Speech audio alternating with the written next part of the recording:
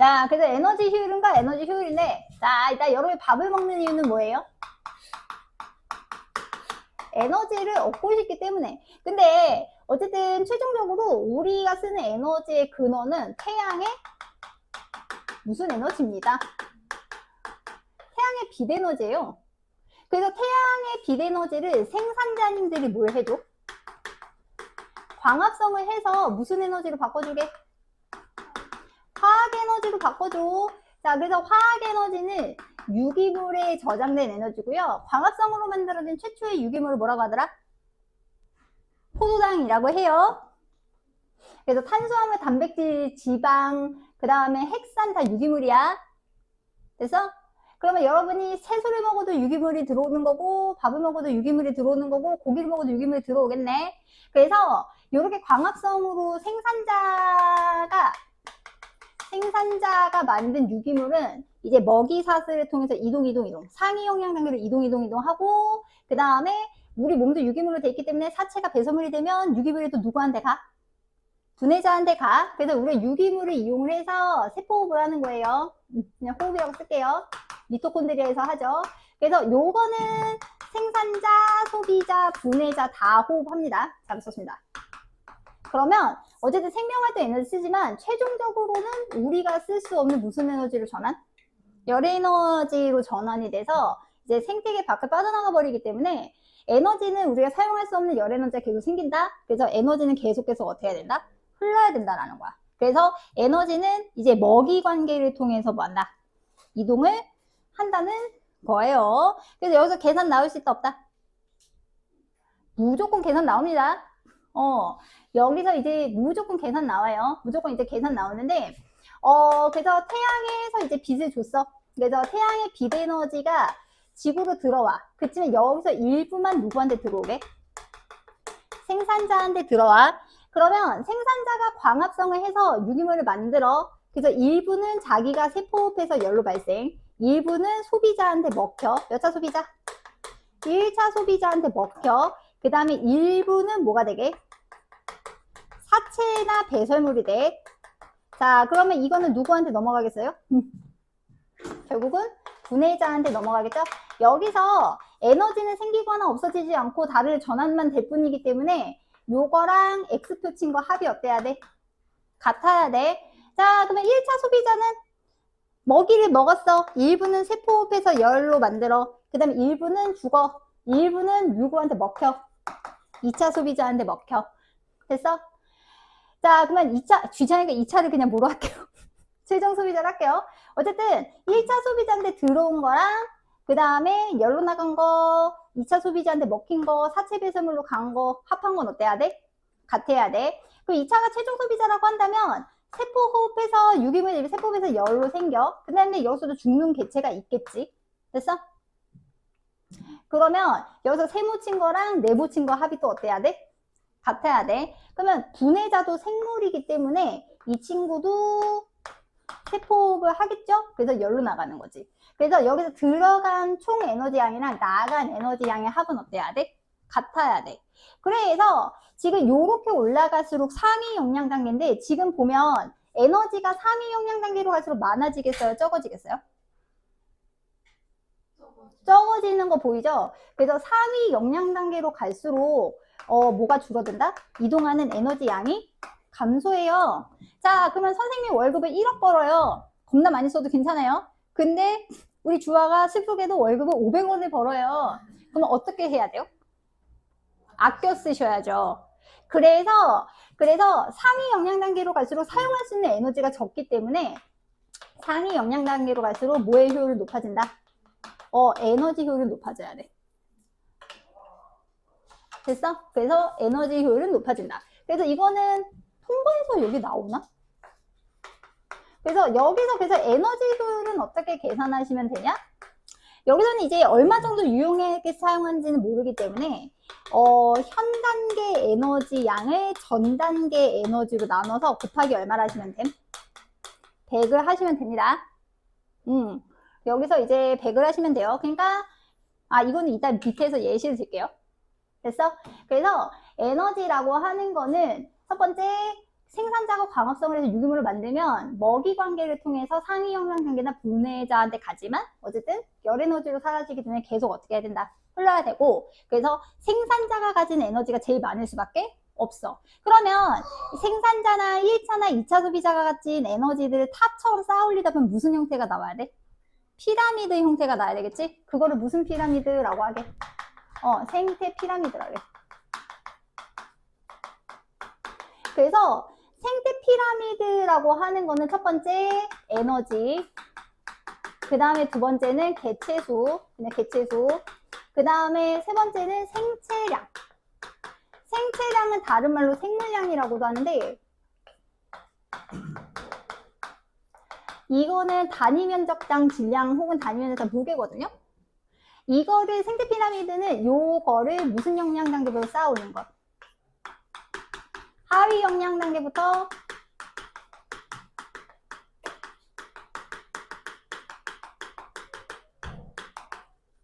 쌓아 올린 것. 자, 요거 우리가 이제 생태 피라미드라고 한다. 자, 그러면 에너지 양은 뭐가 제일 많겠어?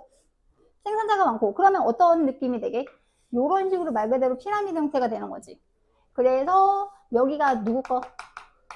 생산자, 그 다음에 여기가 1차 소비자, 2차 소비자, 그 다음에 여기는 굳이 치면 무슨 소비자?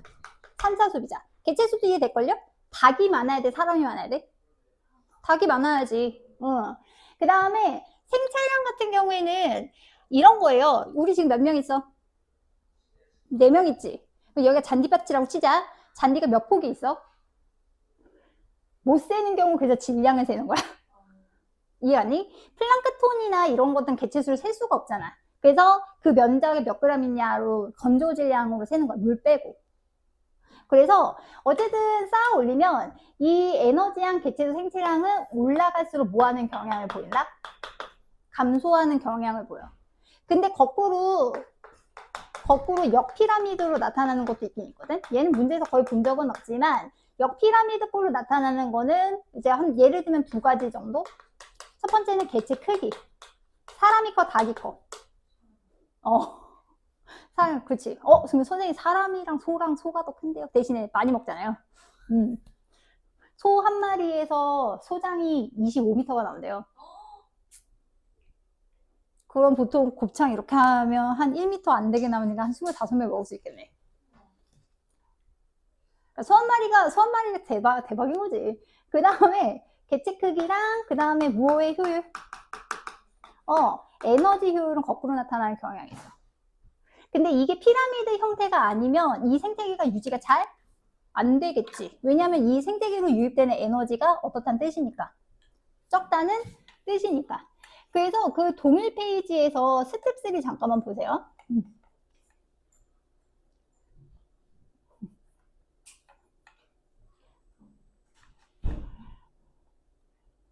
자, 동일 페이지에서 스텝 3 보세요. 자, 여기서 이제 에너지 나오는데 이거 너네 다 빈칸으로 나올 수도 있어. X나 Y나 생물이 제일 좋아하는 건 기억, 니은, 디귿이거든? 뭔 말인지 알지? 그러니까 여기서 핵심은 근데 거꾸로 가는 게 좋아. 2차부터 가는 게 좋아. 오케이? 자, 만약에 혹시 빈칸 있으면 2차부터 가는 게 좋아. 어쨌든 간에. 자, 여기서 그냥 다 에너지를 계산해보자. 생산자는 분모 얼마 집어넣어야 돼? 생산자 에너지 효율한 분모 얼마 집어넣어야 돼? 10만 집어넣어야 돼. 그 다음 분자에는 1000 곱하기 100. 그럼 몇 퍼센트? 1% 나올걸? 1차 소비자는? 분모? 그렇지. 분자 100 곱하기 100. 그럼 몇 퍼? 10%. 그 다음에 2차 소비자는? 분모 얼마? 100 분자 20 곱하기 100. 몇 퍼? 20%. 이렇게. 됐어? 그래서 에너지 효율은 뭐하는 경향 보인다. 증가하는 경향을 보인다. 라고 보시면 되겠습니다. 됐어? 자, 그러면 유기물을 만드는 개체군은 무엇인가? 분집에서. 생산자겠지. 그래서 생산자가 얼마나 생산을 해주느냐가 되게 중요해요. 자, 그래서 그 다음 쪽에 나오는 게 이제 여러분 이건 다 외우셔야 돼요. 자, 물질의 생산과 소비. 자, 이제 물질의 생산과 소비인데 만드는 건 누구? 어쨌든 생산자가 유기물을 만들어줘야 우리가 먹고 사는 거야. 그래서 유기물을 생산하는 자 누구? 생산자지. 생산자는 뭐를 함으로써? 광합성을 함으로써 우리가 먹을 수 있는 유기물을 만들어주는 거야. 그래서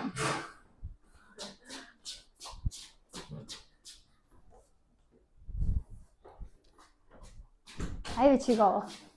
자, 생산자는 그래서 광합성을 해서 유기물을 만드는데 광합성을 통해서 생산자가 만드는 유기물의 총량, 그거를 뭐라고 하냐면 총생산량이라고 그래.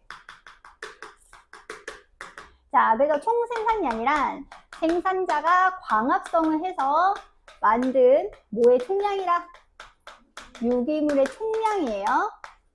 자, 그럼 여러분이 장사한다고 생각해 봅시다. 그럼 총생산량은 그냥 뭡니다? 수익이에요, 수익. 오케이? 근데 내가 장사를 해. 그럼 수익이 내 전부 돈 되는 게 아니잖아. 거기서 이제 모두 빼야 돼. 아, 세금부터 빼는 거야? 아, 제일 중요한 건 임대료와 인건비죠. 임대료 빠져, 인건비 빠져, 수도세 빠져, 전기세 빠져, 이렇게 하면 실제로 순수익은 얼마가 안 남겠지. 그래서 결국은 이제 고정 지출이 있어. 그래서 사람이나 생산자도 얘가 생명활동을 유지하기 위해서는 세포호흡을 해야 되고 그걸로 통해서 소비된 에너지가 있을 거란 말이에요. 그걸 무슨 양? 호흡량이라고 하는 거야. 그래서 호흡량이라고 하는 거는 그 세포호흡을 해서 뭐한 유기물. 소비한 유기물. 그래서 세포호흡을 해야 에너지도 만들고 생장도 하고 저장도 하고 이렇게 등등등등 한다. 됐어? 그래서 고정 지출을 빼야 순수익이 남는 거야. 그걸 무슨 생산량? 순생산량이라 그래. 됐어? 그래서 순생산량이라고 하는 거는 어디서 어디 뺀 것? 총생산량에서 호흡량 빼는 거야. 식 외워야 돼. 자, 그러면 이게 이제 순수 이익이 되면 되게 다행인데 이게 그 식물 개체군에 남으면 식물 군집에 남으면 괜찮은데 문제는 이 식물들 중에서도 죽는 애들이 있어요. 자, 보통 어떻게 죽거나 어떻게 죽을까? 그냥 죽거나 먹혀서 죽겠죠. 그래서 이 순생산량 중에서 먹혀서 죽는 양이 있어요. 그걸 무슨 양? 피식량이라고 하는 거야. 그래서 피식량이라고 하는 거는 무슨 소비자에게 넘어간 거? 1차 소비자로 넘어간 유기물이야. 1차 소비자 쪽으로 1차 소비자에게 공급이라고 쓸게.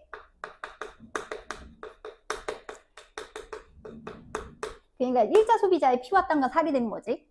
그 다음에 먹혀서 죽지 않고 그냥 죽는데 식물이 죽을 때는 말라 죽거든. 말라 죽는 걸 뭐라고 하냐면 고사한다 그런다. 그 다음에 마르진 않아도 이파리는 그냥 떨어져서 죽거든. 무슨 양? 낙엽량. 됐어?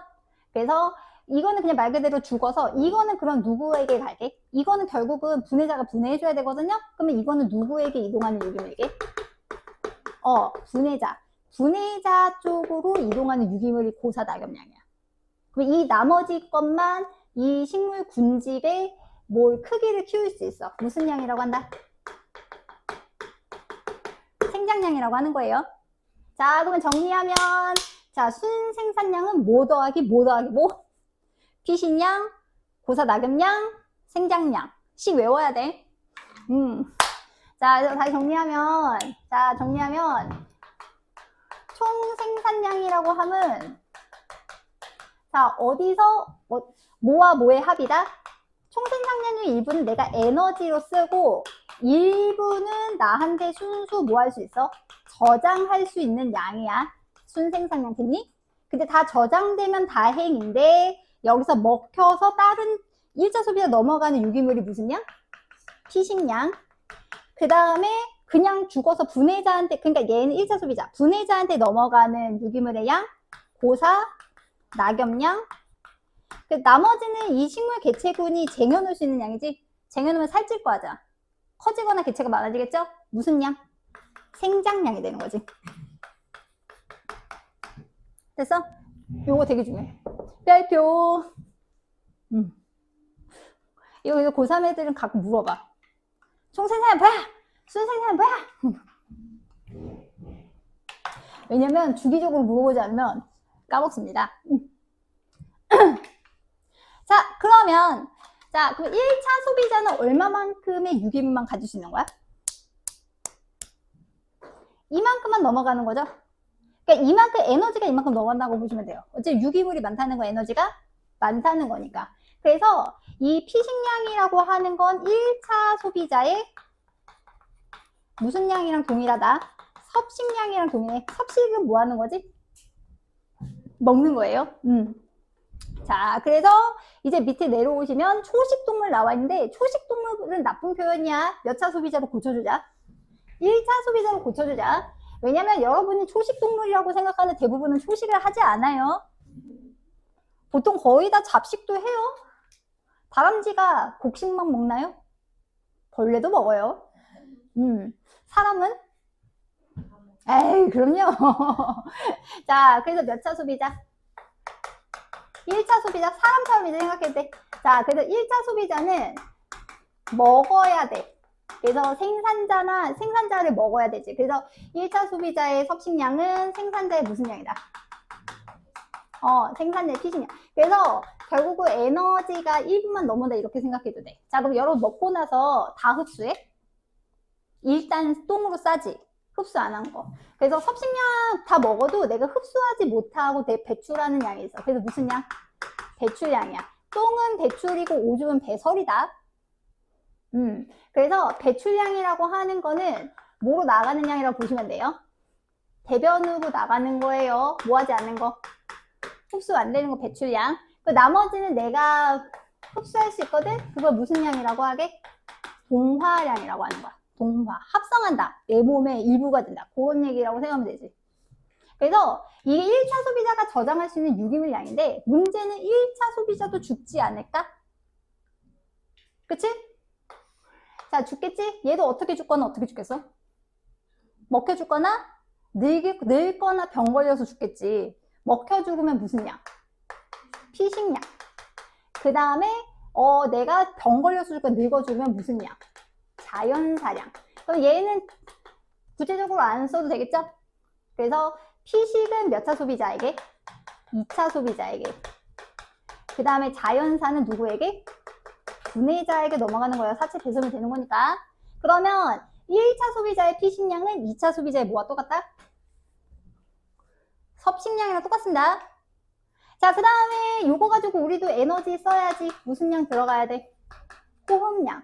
조심해. 1차 소비자의 호흡량은 생산자의 호흡량이 들어가지 않아요. 1차 소비자의 무슨 뭐에 들어가야 돼? 순 생산량이 포함돼야 돼. 왜냐하면 피식량이 들어가니까. 부품 집합 같은 느낌이거지. 그래서 얘는 그래도 에너지. 그 다음에 남은 거는 너무 많이 먹으면 어떻게 돼? 살찌잖아. 무슨 양 돼야 돼? 생산량 돼야 되겠지? 그래서 시험에서 1차 소비자 잘 물어볼까? 안 물어볼까? 다 안 물어봐요. 보기 보통 한 줄 정도 나오면 주로 누구 거 물어보게? 주로 생산자 거 물어봐. 그래서 만약에 이제 생산자 거를 그래프로 그린다 손 치면, 그러니까 여기서 한 그룹을 말하는 건 아니에요. 식물 전체 군집이니까. 그래서 지금 시간에 따른 유기물은 이제 점점점 뭐 많아지다 이제 일정한 경향은 솔직히 보이긴 하는데, 자, 그러면 내가 이렇게 갈게. 자, 얘를 총 생산량이라고 잡으면, 그러면 얘를 순 생산량이라고 잡을 수 있겠지. 자, 그러면 호흡량은 뭐에 해당할까? 요 사이 값이 호흡량이에요. 됐어? 자, 그러면 어쨌든 식물이 가질 수 있는, 어쨌든 최종적으로 저장할 수 있는 양은 무슨 양이야? 생장량이지? 그러면 요 사이 값은 뭐에 해당해야 돼? 먹힌 거지 뭐. 그래서 이렇게 하면 내가 죽은 거지 뭐. 그래서 먹혀 죽은 게 피식, 말라 죽은 게 고사, 떨어져 주는 게 무슨 양? 낙엽량, 요렇게 따질 수 있어요. 그래서 얘는 외워야 한다. 꼭 외워야 하느니라. 이 파트는 영양가 없이 내용만 많아가지고. 너무 내 영양가가 없어. 됐어. 자, 그래서 밑에, 자, 식물 군집력 생산량 나와 있는데, 자, 일단 농경지랑 초원. 자, 농경지랑 초원. 밑에. 밑에. 자, 일단 농경지 초원의 목적은 우리가 뭐 하는 게 목적이야? 먹는 게 목적이겠지? 그러니까 피식량이 대부분 많아. 오케이? 키우는 거 거의 다 먹는단 말이야. 물론, 뭐 호흡하는 데 쓰긴 하겠지만, 그래서 순 생산량이 압도적으로 많아. 왜냐하면 피식량은 뭐에 들어가거든? 순 생산량에 해당하거든. 이해 갔어? 자, 그 다음에 천이가 진행 중이야. 자, 그럼 천이가 진행 중이라는 거는 숲이라고 여러분 보통 초원이 커요? 숲이 커요? 생체량이? 숲이 크지? 초원은 커가는 중이거든?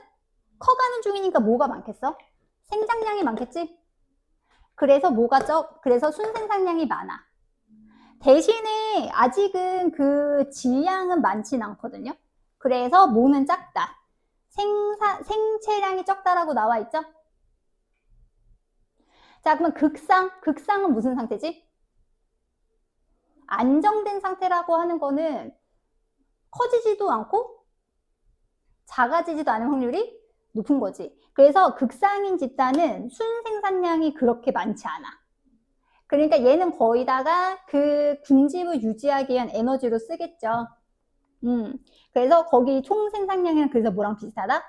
호흡량이 비슷하다. 근데 이 정도면은 군집이 이런 극상이면 무슨 림? 음수림이거든?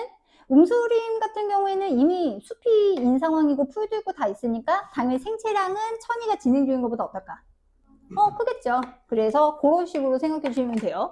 그래서 누구 건 반드시 외워주기. 그러니까 생산자 건 반드시 외워줘야 돼. 자, 그러면 이제 에너지 흐름은 끝났어. 자, 근데 이제 물질 순환, 지수 순환까지 하고 쉽게. 자, 일단 물질이라고 하는 거는 어디에서 들어오지 않더라.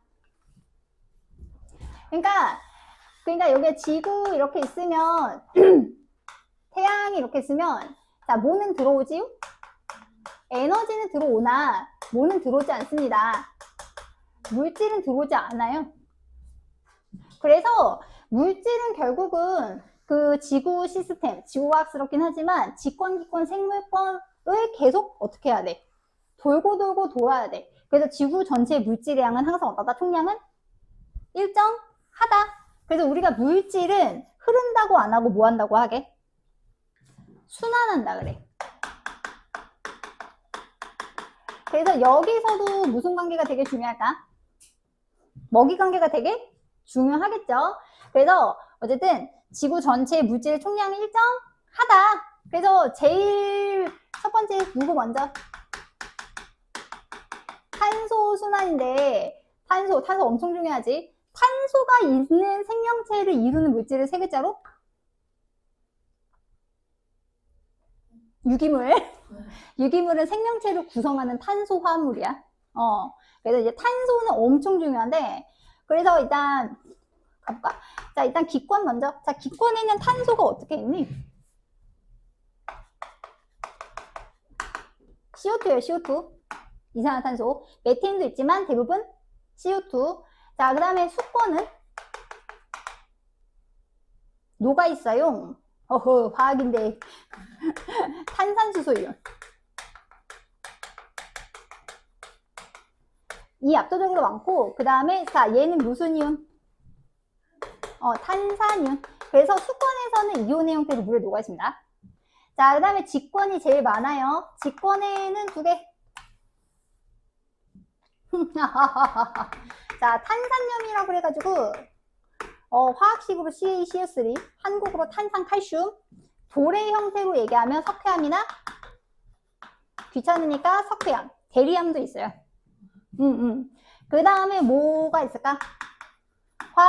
화석연료. 자, 화석연료 뭐 석탄, 석유, 그 다음에 천연가스. 자, 석탄은 누구님이 돌아가셨지? 이런 지구과학 중요한데 고사리. 그 다음에 석유는 이런 플랑크톤. 여러분이 만약에 죽어서 땅에 묻힌다 그러면 석탄이 될 확률이 높니? 석유가 될 확률이 높니? 석유지. 우리 기름 진짜 많잖아. 삼겹살 생각해봐. 그래서 좋은 땅에 묻혀서 만약에 내가 진흙에 묻히게 되면 내가 부패하는 중에 생기는 가스가 못 나가거든요? 그러면 천연가스가 되는 거예요. 어마어마하죠? 방구에 불 붙어, 여러분. 방구 모아서 불 붙는 실험 옛날에 텔레비전에서 했었어. 냄새가 좀 나면 되게 잘 붙어요. 자, 그 다음에 자, 생물권. 자, 생물권은 뭐? 유기물이지? 자, 아까 유기물의 대표 주자가 포도당. 그래서 최초로 그게 광합성으로 만든 최초의 유기물을 포도당이라고 하니까. 그래서 포도당들을 뭐라 그래? 탄수화물. 그 다음에 맛있는 고기, 단백질. 그 다음에 고기 맛, 지방. 고기는 지방 맛으로 먹는 거래잖아. 그 다음에 핵산. 다 탄수화물이지. 바이타민도 비타민은 됐다. 패스. 자, 그렇게. 자, 그럼 이제 탄소 가자. 애초에 대기 중에 뭐로 시작? 오른쪽으로 가야 돼. 대기 중 이산화탄소로 시작이에요. 자, 이거를 누가 흡수할까요? 생산자가 흡수하겠죠? 됐지? 자, 무슨 에너지와 함께? 빛 에너지와 함께. 자, 요 과정을 우리가 세 글자로 광합성. 그러면 생산자가 포도당도 만들고 지방도 만들고 단백질도 만들어요. 생산자가 만드는 단백질 중에 가장 많은 게 콩. 그 다음에 탄수화물 제일 많은 거 밀, 쌀, 오케이? 그 다음에 뭐냐? 지방, 콩, 기름 뭐로 만드니? 에이, 두유, 대두유. 물론 참기름, 들기름 맞지? 참깨, 들깨. 우리가 먹는 깻잎은 참깻잎이야, 들깻잎이야? 들깻잎이에요. 자, 그러면 생산자가 이제 유기물 만들면 누가 처먹? 소비자가 드시죠. 그 다음에 이 친구는 또 뭐가 될 거야? 사체와 배설물이 될 거야. 근데 생산자 사체라고 하는 건 괜찮은데 생산자 배설물은 좀 이상하다. 그치? 그 다음에 요거는 누구에게? 자, 요거는 이제 분해자 씨한테. 자, 여기서 내가 이렇게 묶을게. 자, 우리 이 친구들을 뭐라고 하니? 이 친구들 다 합해서 생물이라고 하잖아. 그치? 생물은 무조건 에너지를 만들면 뭘 해야 돼? 호흡을 해야 돼. 됐어? 그래서 귀찮으니까 화살표 이렇게만. 자, 그래서 이렇게 이제 루트 하나가 있죠.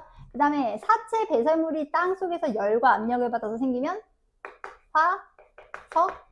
화석연료. 자, 그래서 화석연료가 공기 중에 이산화탄소로 되돌아가는데 어떻게 하면 되돌아가게? 태우면 되지. 됐어? 자, 그 다음에 대기 중 이산화탄소가 어디로 녹아들기도? 바다에 녹아들기도. 탄산수소 이온. 그 다음에 온도가 높으면 어떻게 되기도? 빠져나가기도. 그 다음에 이게 뭐 해저 작용에 의해서 뭐가 되기도? 석회암이 되기도. 참고로 석회암이 비 맞으면 이산화탄소 생기는 거 아세요? 이런. 네. 탄산칼슘이 산성을 맞으면 이산화탄소 기제 발생하지 않습니까? 이거 통과해서 하지 않았습니까? 안 했어? 안 했어? 그래. 그래서 너네 콜라 마시고 이 바로 닦으면 안 된다니까? 콜라 마시고 이를 바로 닦아봐. 나의 이가 몽골몽골한 상태에서 콜라 먹지 마. 그래서 콜라는 빨대로 드시라고. 그래서 이렇게 되기도 해. 그래서 요게 무슨 순환? 요게 탄소 순환. 됐어? 요새는 그래서 그래서 세 개는 기억하세요. 광합성, 호흡, 연소. 특히 누구누구 중요하게? 광합성이랑 호흡 중요합니다. 여기 쓸데없이 내용이 너무 많아요. 됐나요? 자, 그 다음에 이제 밑에 질소순환 별표. 자, 질소순환은 여러분 한글이 나오지 않아요. 뭐만 나오게? 빈칸만 나와요. 자, 빈칸만 나와요. 자, 그래서 이제 질소순환인데 질소는 진짜 중요해요. 왜냐면 우리가 흡수하는 질소 화합물 두 종류가 있어요. 단백질이랑 핵산.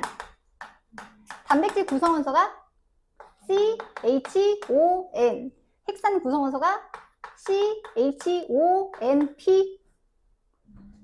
통과해서 다 했다고요. 그래서 우리가 단백질, 핵산 같은 요런 친구들을 무슨 화합물이라고 하게?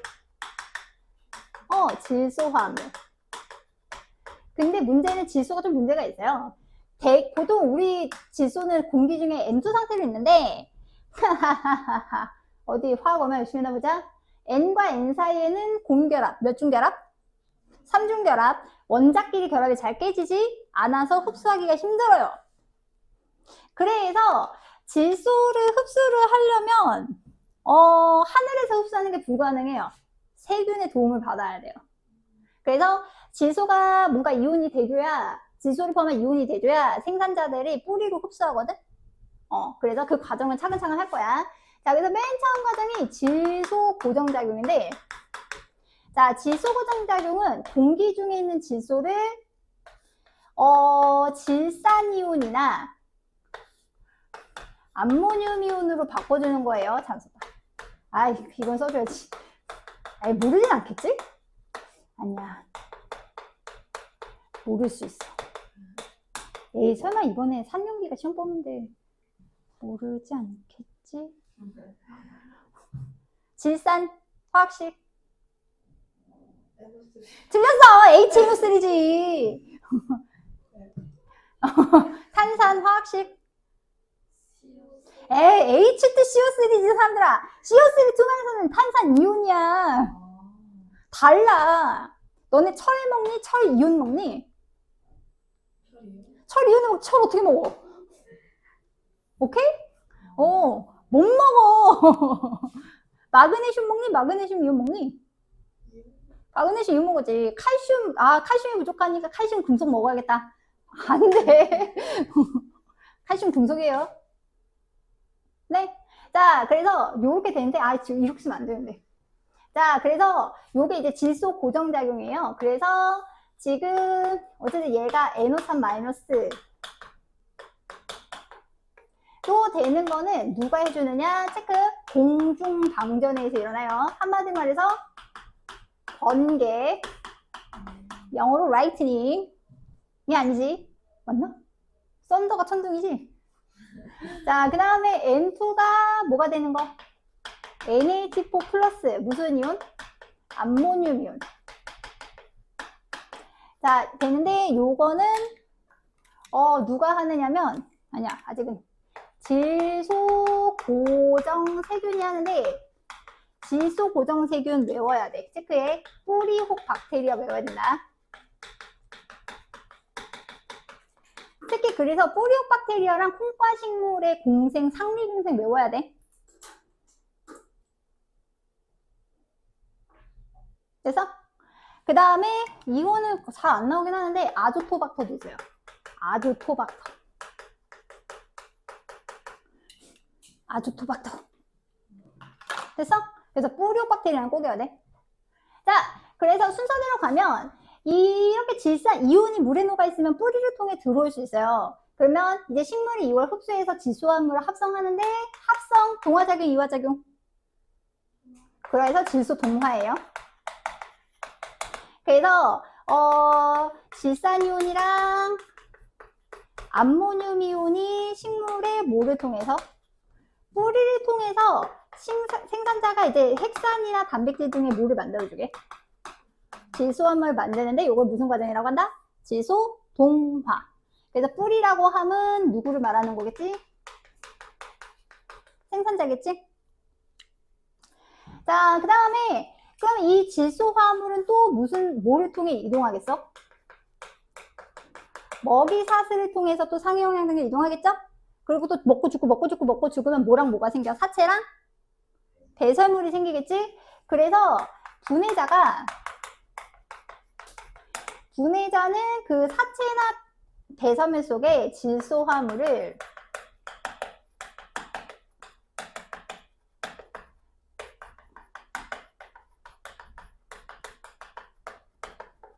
사체나 배설물의 질소 화물을 분해를 해서 이제 무기물로 만들어서 이제 환경으로 보내주는데 이때 냄새 좀 나거든? 그래서 NH4 플러스로 분해해. 됐어? 암모니아 냄새. 그래서 이제 사체 같은 거 냄새 되게 많이 나잖아요. 분해자 때문에 그래요. 됐어? 자, 그 다음에 세 번째, 질산화 작용이 있어요. 네 번째군요. 자, 그럼 질산화 작용, 뭐가 되는 작용? 질산이 되는 작용이야. 그래서 NH4 플러스가 아질산이온이나 질산이온인데 아질산이온까지는 안 해도 될 것 같고, 요렇게. 자, 이거는 뭐가 하냐면 질산화세균이 한다. 옛날에 우리 때는 질화세균이라고 배웠는데 이렇게. 됐어? 세균. 자, 그 다음에 마지막. 순환이니까 공기로 돌아가는 과정 필요하거든? 그거를 뭐라고 하냐면 탈질산화작용. 그래서 탈질산화작용은 흙 속에 있는 질산이온을 질소기체로 바꿔주는데 이것도 세균이에요. 탈질산화세균. 그래서 지금 이 질소순환에서 되게 중요한 게 세균들이 되게 중요해요. 그래서 세균이 작용하는 과정 몇 가지? 이거 같이 네 가지입니다. 첫 번째, 질소고정. 두 번째, 분해자. 분해자는 세균, 곰팡이, 버섯이에요. 조심해. 이거 조심해. 오케이? 분해자에 세균 들어가. 그 다음에 질산화세균, 탈질산화세균. 됐어? 요렇게 동그라미 친구는 누가 작용한다? 세균이 작용한다. 아니야. 여기까지 다 하는 게 나을걸? 한바탕 더 쓸 거야. 그래서 화살표가 보통은 이렇게 돼. 이렇게 돼서 여기서 이제 화살표를 잘 봐야 돼. 보통 이렇게 나오거든? 그러면 이거 보고서 저게 뭔지 맞춰야 돼.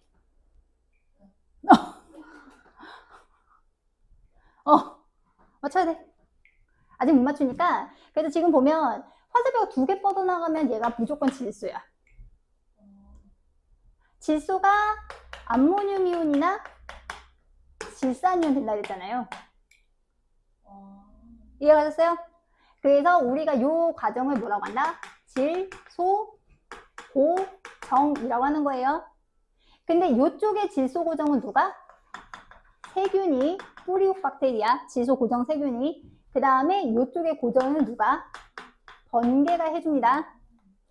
자, 그 다음에 두 번째, NO3, 암모늄 이온이 질산이온이 되는 이 과정은 질산이온이 되는 거야? 그러니까 무슨 과정? 질산화 작용이에요. 누가 해? 질산화 세균이. 그러면 여기는 탈출이잖아. 그럼 무슨 작용이겠어? 그렇지. 이 과정은 탈질산화 작용. 누가 하겠어? 탈질산화 세균. 됐어? 그래서 화살표만 보고 뭔지 맞춰야 돼. 자, 그러면 요거 누구한테 들어가? 생산자한테 들어가겠지? 그 다음에 누구한테 가? 소비자한테 가겠지? 그 다음에 주고는 누구한테 가? 분해자한테 가겠지? 근데 분해자는 얘를 무슨 이온으로 만들어? 암모늄 이온으로 만들지. 질소순환 끝. 생태계 평형. 생태계 평형은 한마디로 생태계가 잘 유지가 되는 거겠지. 그래서 일단은 이제 생물 개체군이나 군집의 종류, 그 다음에 이제 먹이 관계가 원활해서 에너지 잘 이동하고 물질도 잘 이동하고 그런 상태를 유지하는 게 평형 상태예요. 그래서 일단 생태계 평형 유지가 잘 되려면 먹이 관계가 잘 유지가 돼야 되거든. 그래서 생물 종수가 많고 먹이 구분이 복잡해야 된다. 이유는 이거는 꽤 중요해. 먹이 구분이 왜 복잡해야 돼? 그렇지. 먹이 대체가 한 종이 몇 종 있을 때 먹이 대체가 가능하기 때문에. 그 다음에 급격한 환경 변화 당연히 없어야 되는 거고, 그 다음에 먹이 관계가 원활하다는 얘기는 생산자가 광합성 열심히 하고, 그 다음에 소비자한테 이제 에너지나 물질이 원활하게 이동을 해야 한다는 거예요. 그래서 생태계 평형은 약간 일시적으로 깨져도 평형을 회복하는데, 여기서 조심하실 거는 평형을 회복한다라는 말이 원상태로 되돌아간다는 뜻이 아니에요. 그러니까 깨진 상황에서 약간 안정되게 다시 사이클이 잘 돌아가는 상태가 평형을 회복하는 겁니다. 그래서 여기는 여러분 그거 나올 수 있어. 뿔마 나올 수 있어. 혹시 기억하시나? TRH가 많아지면 TSH가 많아지고, TSH가 많아지면 티록신이 많아지면 TRH가 줄어서 어쩌고저쩌고 그런 식으로 이렇게 연관관계가 성립하잖아. 여기서도 나올 수 있어. 그래서 지금 여기서 일시적으로 1차 소비자가 증가하는 경우로 나온 거지. 좋아. 자, 그러면 그래서 이거 순서 없이 나오면 배열 잘해야 돼. 통합과학식으로 이렇게 삼각형으로 안 나온다 얘들아. 뿔마로 나오지. 오케이? 그래서 어쨌든 1차 소비자가 증가하면 1차 소비자의 포식자는 좋겠죠? 1차 소비자의 피식자는 싫겠죠? 그래서 포식자인 2차 소비자는 증가하고 피식자인 생산자는 줄어듭니다. 그럼 1차 소비자 입장에서는 천적이 늘고 먹이가 줄어들어요. 그래서 다시 1차 소비자가 감소. 그래서 원래대로 되돌아갔다는 뜻은 아닐 수도 있어요. 대신에 그렇게 되면 어쨌든 간에 늘어났던 2차 소비자도 줄고 생산자가 다시 늘면서 새로운 평형을 회복한다는 거지. 그래서 순서가 나올 수 있어. 그래서 생태계가 보통 파괴되는 경우는 이제 서식지의 변화에 따른 게 많겠지. 그래서 일단 첫 번째 외래생물, 외래종이라고도 하냐 외래생물이라고도 하는데 외래생물을 무분별하게 도입하면 뭐가 문제일까? 외래생물이 뭐가 없죠? 천적이 없어요. 천적이 없어서 문제는 개체수가 잘 줄지 않은 상태에서 이제 다른 생물들을 먹이로 먹을 테니 생태계 평형 깨질 수 있다. 그 다음에 인간의 활동이나 자연재해는 서식지 파괴. 그래서 도로 건설 간척 사업, 자연재해에서 산사태 홍수, 이거는 서식지 파괴와 관련된 거지. 화석연료의 과다 사용은 뭐가 문제야? 지구온난화가 문제인 거예요. 그래서 이제 기후 환경이 바뀌면서 아무래도 적응해서 살아가는 생물이 달라지면 동물도 달라지고 다 달라질 수 있다. 그렇게 보시면 됩니다. 그래서 생태계는 이렇게가 마무리야. 됐어? 자, 일단 마지막 빨리 넘어가자. 생물 다양성. 자, 그래서 이제 생물 다양성은 이제 생물의 다양한 정도인데 몇 가지 들어가? 3가지 들어가. 첫 번째 무슨 다양성? 유전적 다양성. 그 다음 두 번째는 종 다양성. 세 번째는 생태계 다양성. 자, 그래서 유전적 다양성은 주로 어디서 확인하죠? 같은 개체군, 이렇게 쓰지 말겠다. 같은 개체군 내에서의 무슨 차이? 형질 차이를 유전적 다양성이라고 하지? 그래서 유전적 다양성의 원인은 뭐의 차이? 유전자 차이예요. 그래서 유전자 차이에 의해서 개체군에, 그래서 우리도 같은 개체군인데 뭐가 달라? 생긴 거 다르고, 피부색 다르고, 성격 다르고, 혈액형 다르고, 이게 다르잖아. 요런 게 이제 유전적 다양성이야. 그래서, 유전적 다양성은, 그러면 유전적 다양성이 크다는 거는? 그러면 이제 형질이 다양하다. 다양이 아니지. 형질이 다양하다. 그러면 형질이 다양하면 무슨 변화에 적응 확률이 높다? 크다. 형질이 다양하다. 그럼 환경 변화에 뭐 할 확률이 높다? 적응할 확률이 높다. 자, 그럼 환경 변화에 적응할 확률이 높으면 멸종 위험이 적다. 멸종 위험이 적으면 뭐에 기여한다? 종다양성에 기여하겠죠? 됐어? 그래서 이 유전적 다양성, 그래서 보통 예시를 보통 하면 뭐 이런 거 잘 나와. 달팽이 등껍질무늬. 달팽이 등껍질무늬라던가 얼룩말의 무늬라던가 그 다음에 뭐 호랑이의 그 무늬라던가 다 다르대요. 구별 못하겠지만. 그 호랑이 사육사들은 그거 알던데? 무늬 보고도 구별하던데? 그 예전에 그 누구야 루이바오 후이바오도 그거 막 다리 길이랑 그 뒤에 그 팬더 걔네 U자 요거랑 이런 걸로 구별하던데? 나는 못 알아보겠지만 그들은 구별을 하더라. 그래서 그런 이제 차이고, 참고로 그 유전적 다양성이 깨진 거에 대한 예시로 그런 거 나올 수 있어. 바나나나 혹시 감자 마름병 들어봤어? 그래서 감자는 유전적 다양성 진짜 낮거든요. 감자들 맛이 똑같잖아요. 맞아. 대기근, 아일랜드 대기근. 그래서 그때 뭐 미국으로 많이 갔더라. 그 다음에 아, 진짜? 거기 인터스텔라도 나오지. 옥수수. 아, 영화에 나왔는데. 그 다음에 바나나는 미셸 품종이 몇 종 있거든요. 근데 바나나도 유전적 다양성이 되게 낮아요. 바나나가 맛이 똑같잖아요. 사과는? 사과마다 맛이 다르잖아. 맛있는 사과, 맛없는 사과, 더 맛있는 사과, 더 정말 맛있는 사과 이렇게 있잖아. 근데 바나나는 맛있는 바나나, 맛있는 바나나, 맛있는 바나나, 맛있는 바나나 이러잖아. 그래서 지금 품종이, 그래서 원래 바나나에 씨가 있어야 되는데 지금 씨가 없잖아. 그래서 캐번디시, 우리가 먹는 게 지금 캐번디시 품종인데 그것도 지금 곰팡이가 돌고 있다는. 바나나를 씹고 드시도록. 자, 그 다음에 두 번째, 종다양성. 자, 그래서 종다양성은 어디 내? 군집 내? 생물? 종의 무슨 정도? 다양한 정도? 아이고 귀찮아. 자, 근데 종다양성을 주의할 점이 있다. 종다양성이 크려면 두 가지가 커야 돼. 첫 번째는 종 풍부도가 커야 되고요. 우차차. 그 다음에 두 번째는 종 균등도가 커야 돼요. 이거 통과했었던 거 기억하니? 기억 안 나는 얼굴인데. 자, 일단 종 풍부도는 생물 종에 뭐가 많은 것? 종류가 얼마나 많은가야? 그러니까 뭐 숲에 나무가 3종류가 있냐, 4종류가 있냐, 5종류가 있냐 이렇게.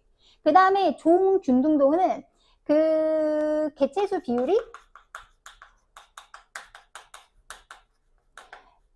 비율이 뭐하냐? 비슷한가?를 따지는 거야. 그래서 예를 들면 A나무, B나무, C나무, D나무 4개가 있어. 거기 그 예시로 나와 있을 텐데 없나? 아, 거기 그 교재 예시 한번 봐봐. 종다양성 비교해서 옆에 나무 있는 거 보이시죠? 나무가 A나무, B나무, C나무, D나무 보이시죠? 근데 가 같은 경우에는 무슨 나무가 너무 많아요? A나무가 너무 많고 B나무랑 C나무는 한 그루씩밖에 없죠. 근데 나군집 같은 경우는 어때요? 다양하죠? 이런 경우 종풍부도는 같아.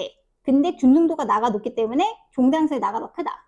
왜? 왜냐하면 군집 같은 군집 가의 경우에는 C와 B나무가 뭐 할 수 있어?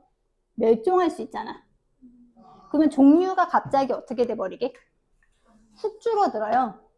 그래서 종 풍부도와 종 균등도를 다 따지셔야 된다는 거예요. 종다양성이라고 하는 거는. 그러면 왔다 갔다 써서 그렇긴 한데 종다양성이 크면 뭐가 좋아? 종다양성이 크면 먹이 그물이 복잡해져. 아까 먹이 그물이 복잡하면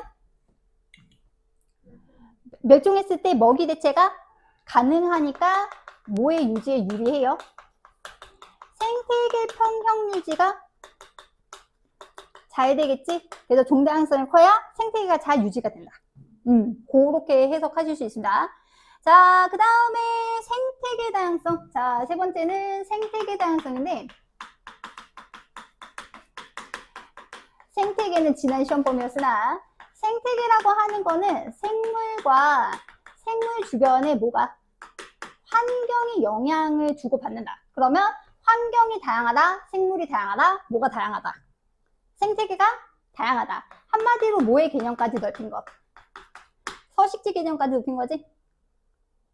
그래서 생태계라고 하는 거는 그래서 말 그대로 서식지, 환경이 얼마나 다양하냐. 그래서 우리가 이제 생태계라고 하는 거의 예시가 뭐 어디 군집에서 기억나는지 볼까? 자, 열대지방에 있는 숲, 열대우림. 자, 그 다음에 온대지방에 온대지방에 따뜻한 지방에 온대지방에 조금 낙엽 안 떨어지는 나무. 그래서 뭐 온대 상록수림이라던가 그 다음에 뭐라던가 초원이라던가 사막이라던가 강이라던가 바다라던가 호수라던가 어항이라던가 요런 거 다 생태계예요. 그럼요. 물 있고 해초 있고 물고기 있고 그럼요. 동물도 생태계죠. 다만 동물원의 동물들은 사냥을 안 해도 먹고 살 수 있는 아주 어마어마한 그걸 혜택이라고 해야 돼 말아야 돼 그런 게 이제 있지. 그래서 환경이 다양하면 적응해 사는 생물도 다양하기 때문에 다 커지는 거야. 그러면 자, 특히 이 생태계 중에서 종다양성이 큰 생태계, 요거는 기억해 주는 게 조금 좋긴 한데 두 개. 첫 번째 열대우림. 열대우림은 기온도 높고 강수량도 많아서 식물이 살 수 있는 최적의 환경. 그래서 식물이 많으면 동물도 많고, 동물이 많으면 분해자도 많고, 풀도 많고 되게 많다. 그 다음에 두 번째는 혹시 알아? 완충지역이라고? 완충지역은 두 가지 생태계가 섞여 있는 거예요. 예를 들면 갯벌이라던가 뭐라던가 습지라던가 얘네들 같은 경우에는 수생태계랑 무슨 생태계가 섞여 있게? 육상 생태계가 섞여 있기 때문에 물에 사는 생물들과 육지에 사는 생물들이 섞여 있어가지고 종다양성이 되게 크지. 자, 그러면 생태계 다양성이 크면 뭐가 좋아? 생태계 다양성이 크다?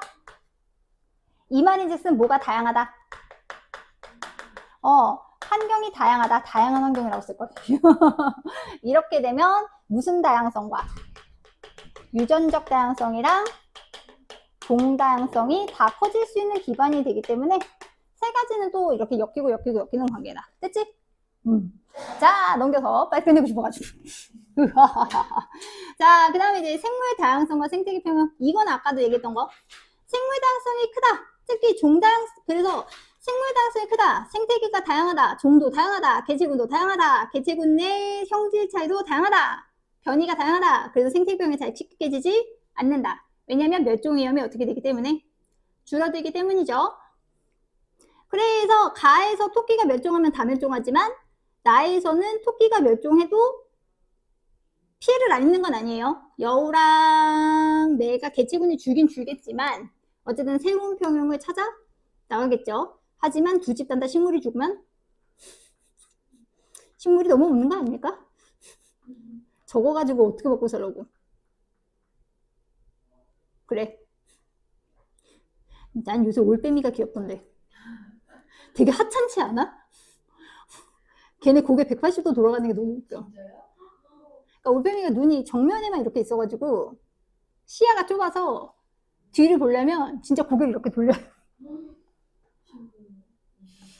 그렇지.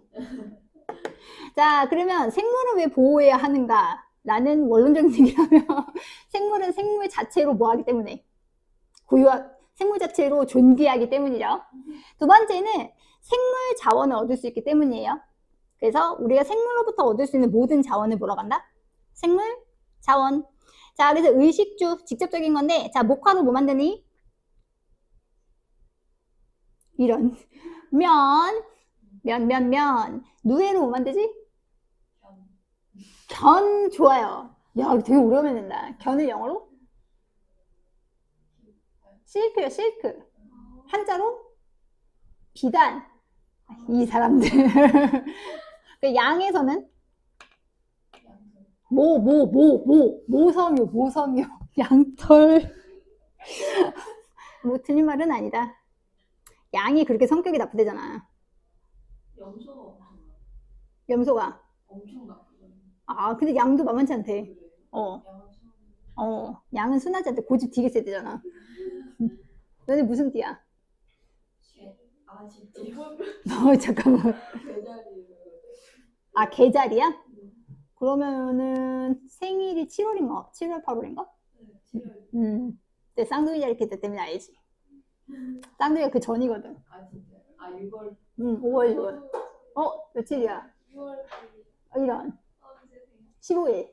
6일 차. 무슨 6일 차이야? 니와 나 사이에는. 그 연도에서 6일을 빼야 되는구만. 자, 그 다음에, 자, 주택자료래. 주택재료. 나무랑 나무 껍질, 뭐, 우리나라는 모두 썼니? 집도 쓰죠. 그 초가집에 그 풀을 올린다고 해서 말린 풀 같은 거 올리잖아요. 그런 것도 이제 씁니다. 그 다음에 이제 의약품은 이제 버드나무에서 아스피린, 청자고등에서 마취제, 그 다음에 주목의 항암제. 항암제는 뭔지 아시죠?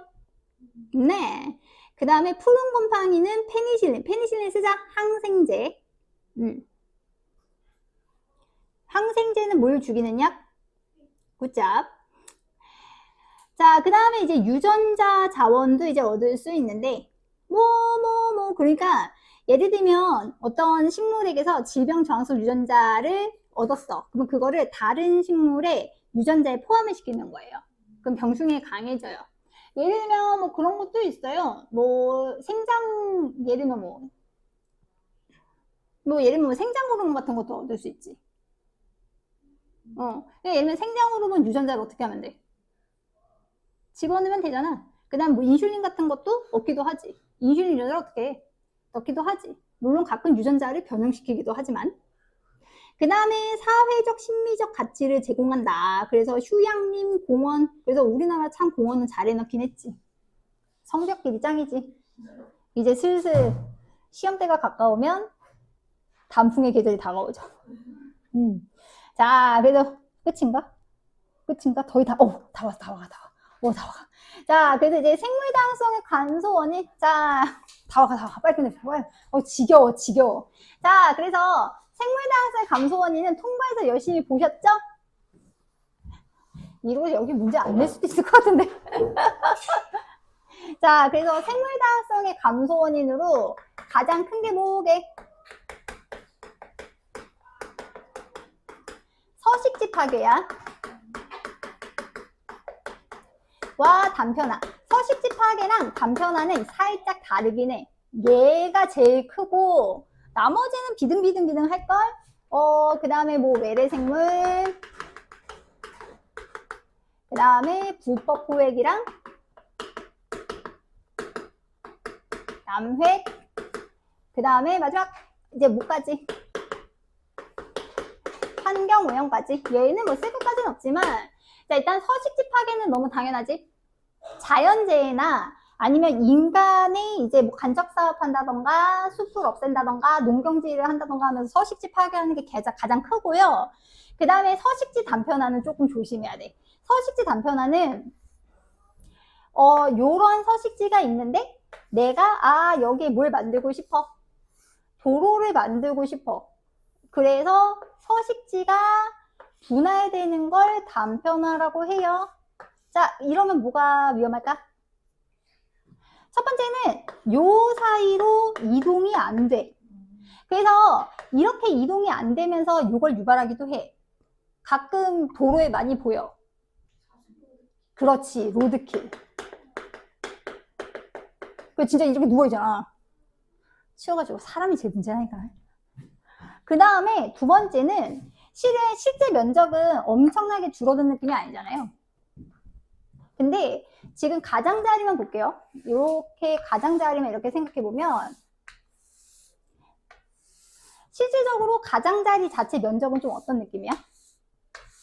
그러니까 가장자리의 전체 면적은 늘어나지. 근데 문제는 또 생물종이 이동이 또 제한되기 때문에 그렇게까지 좋은 상황은 아니긴 한데, 그럼 어디가 피해가 되게 크겠어요?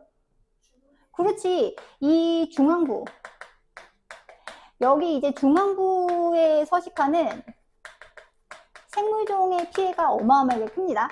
그러니까 왜냐하면 오히려 전체적으로 가장자리의 비율은 늘어났는데 중앙의 비율은 어떻게 되고 있어? 줄어들기 때문에. 그래서 여기서 그나마 얘네들이 이동할 수 있는 통로를 뚫어주면 조금 이거를 많이 완화시킬 수 있다라고 하거든요. 그래서 이런 식으로 뚫어주는 통로를 뭐라 그러게? 오케이. 그래서 생태 통로. 그래서 독립문 근처에 생태 통로 볼 수 있어요. 독립문 근처에 안산이랑 인왕산 있고 거기 육교가 있거든. 육교 보면은 육교 한 켠이 다 풀이야. 생태 통로. 그렇게 해서 연결해놨어. 그리고 터널 같은 거, 다리 같은 거 놓을 때도, 그러니까 이제 터널도 그냥 이렇게 뚫지 막 산을 다 허물거나 그렇게 하진 않거든요. 그래서 생태 통로 만들어주는 게 되게 중요해요. 아래나 위다 이렇게 생태 통로를 만들어주는 게 되게 중요하다.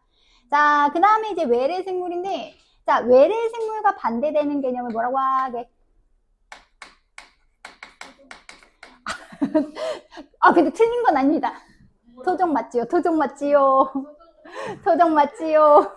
고유종, 토종. 그러니까 대부분, 그러니까 우리 먹는 닭도 거의 다 외래종이잖아. 옛날에 중학교 때 배웠던 기억나는데 이제 기억 안 나네.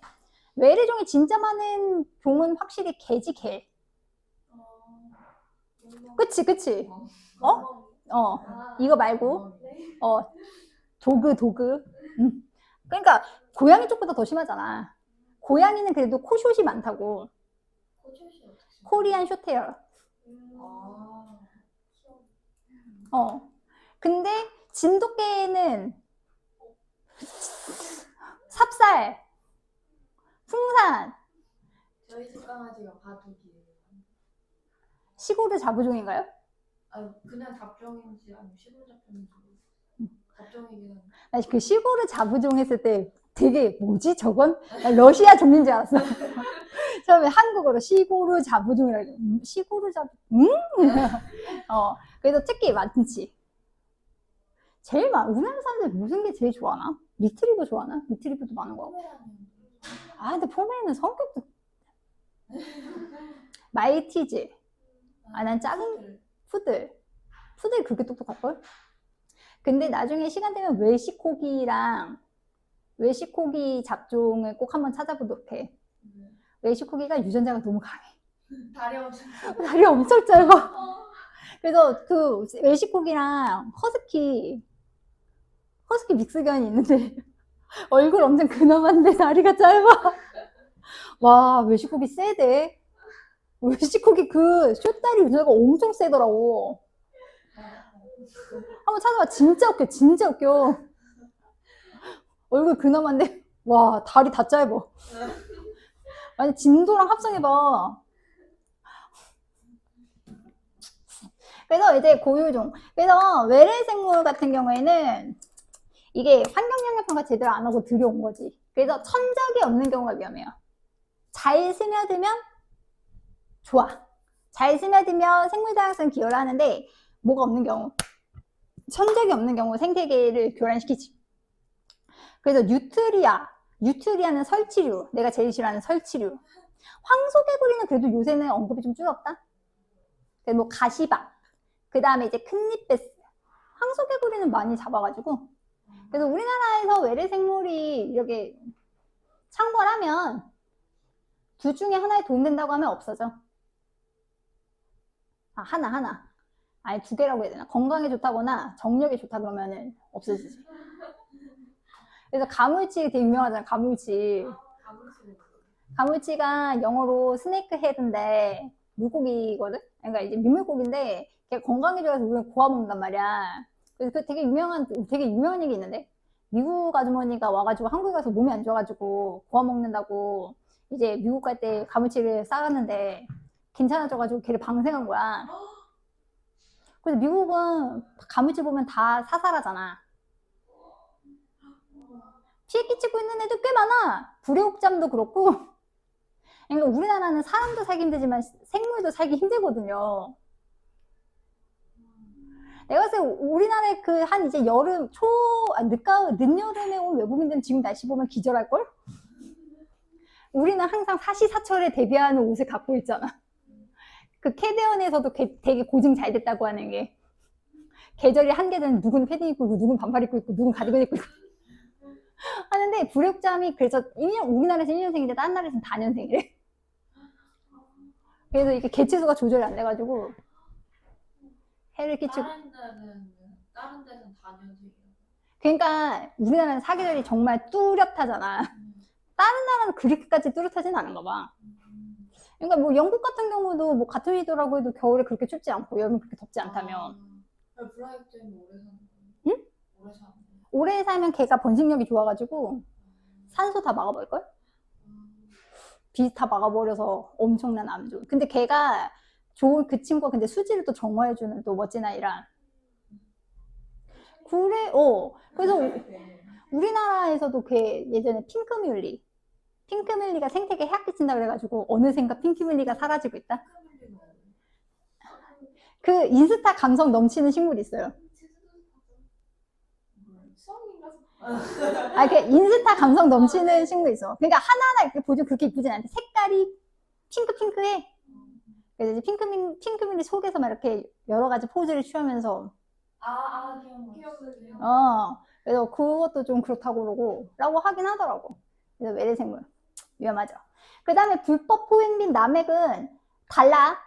포획은 사로잡는 거, 포획은 괜찮아. 무슨 포획이 안 돼? 불법 포획이 안 되는 거야. 남획은 뭐야, 남획?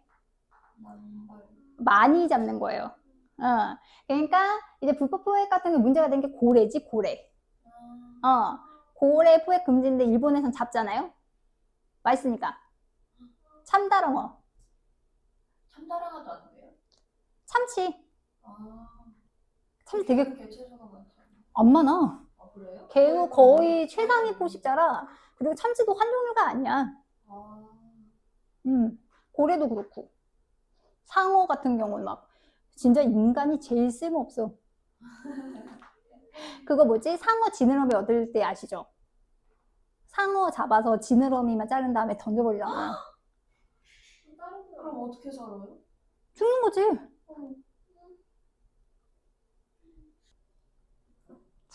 그래서 남획 같은 경우는 이제 중국어선이 문제였죠. 그러니까 이제 개 잡는데 그러니까 개와 개는 발음이 힘들어.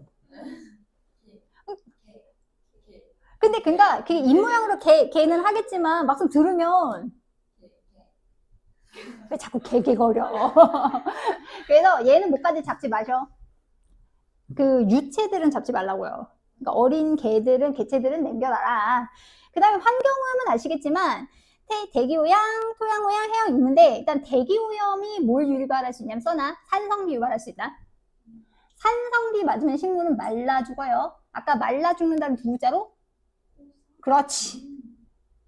그 다음에 토양오염 못 뻔하고 그 다음에 이제 뭐 농약 이런 것도 심각하죠. 그 다음에 해양오염 같은 경우 좀 위험한 게 그게 위험해. 중금속. 중금속은 생물 농축을 일으켜요. 그러니까 생물 농축이 뭐냐면 쌓이는 거야. 중금속은 체외 배출이 잘 안 돼. 그러니까 뭐 납이나 수은이나 이런 것들은 한번 들어가면은 이제 농축이 돼서 빠져나오지 않기 때문에 생물 농축 같은 경우는 산해 영양 장기가 되게 위험해요. 그러니까 아무거나 집어 드시면 안 돼요. 그렇다. 자, 진짜 마지막. 다 왔어. 자, 넘겨. 끝내고 싶어.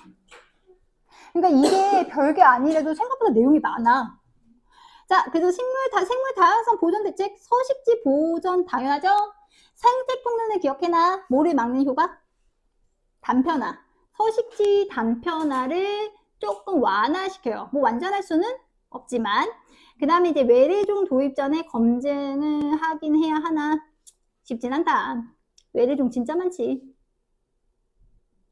너네 그 포도 중에 샤인머스켓도 원래 일본에서 개발한 거 알지?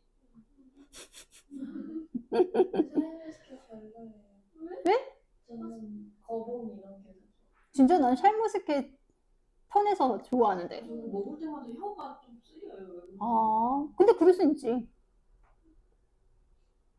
거봉 먹은 지 너무 오래됐다. 나는 포도는 귀찮아서 잘 안 먹거든. 씨든 그리고 씨는 그냥 삼키고 껍질만 이렇게 그 껍질 이렇게 빼내는 것도 귀찮아가지고 하는데 샤인머스켓은 그렇지 않아도 돼서 비슷하구만. 자, 그다음에 불법 포획 및 남획 금지는 되게 당연한 거예요. 그러니까 뭐 예를 들면 호랑이라던가 뭐 남획 같은 경우에도 이제 그 어선들 너무 많이 잡게 하지 말아야 된다. 그래서 뭐 고래나 아까 말했던 상어도 심각하고 그다음에 이제 뭐 펭귄이래. 판다 요런 애들도 좀 보호를 좀 많이 해서 지금 한 4,000마리 정도 늘었다고 하지. 판다는 몇 종 안 한 게 이상한 거지. 판다는 걔네 진짜 웃기잖아. 걔네 가임 기간이 한 달밖에 안 되잖아. 일주일밖에 안 된대. 가임 기간이 일주일이라서 되게 그래서 판다들 모든 생이 다 7월이야. 어? 아니 그러니까 한 번 1년에 한 번밖에 1년에 한 번. 그러니까 가임 기간 놓치면 그냥 못 가지는 거야. 사람을 치면 생리를 한 번 하는 거겠지? 뭐 느낌적인.